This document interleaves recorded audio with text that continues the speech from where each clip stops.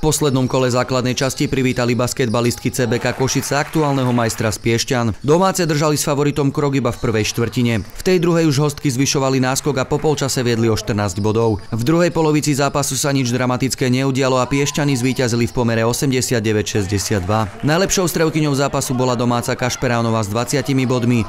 O jeden bod menej zaznamenala hosťujúca Stašová. Určite to nebol ideálny výkon z našej strany, bolo tam veľa chýb a nedôraznosti, možno sme nehrali v takom nasadení, ako by sme sa chceli prezentovať v zápasoch, ale sme radi, že sme ho vyhrali a úspešne sme ukončili základnú časť. Piešťany vyhrali základnú časť, v ktorej prehrali iba raz. Bolo by to pekné, keby to bolo bez prehry, ale zase aj to k tomu patrí a možno aj to nás nejako nakoplo v tom úvode sezóny, že sme možno nepodávali také ideálne výkony na začiatku a niekedy takáto prehra pomôže práve na začiatku, aby sme potom už neprehrávali. Basketbalistky CBK prehrali posledné dva duely s Piešťanmi o 59, respektíve 55 bodov.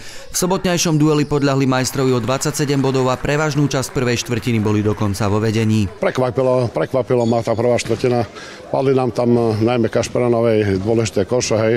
Nás držala bodovo nad bodou, postupne sa pridávali aj ďalšie. Po základnej časti patrí týmu CBK 6. miesto. My sme si uhrali to, čo sme potrebovali, plus to víťazstvo s Youngom, tak to je tá čerešnička na torte. Futsalisti Podpor Pohyb Košice sa v piatok vrátili do starej jazdiarne.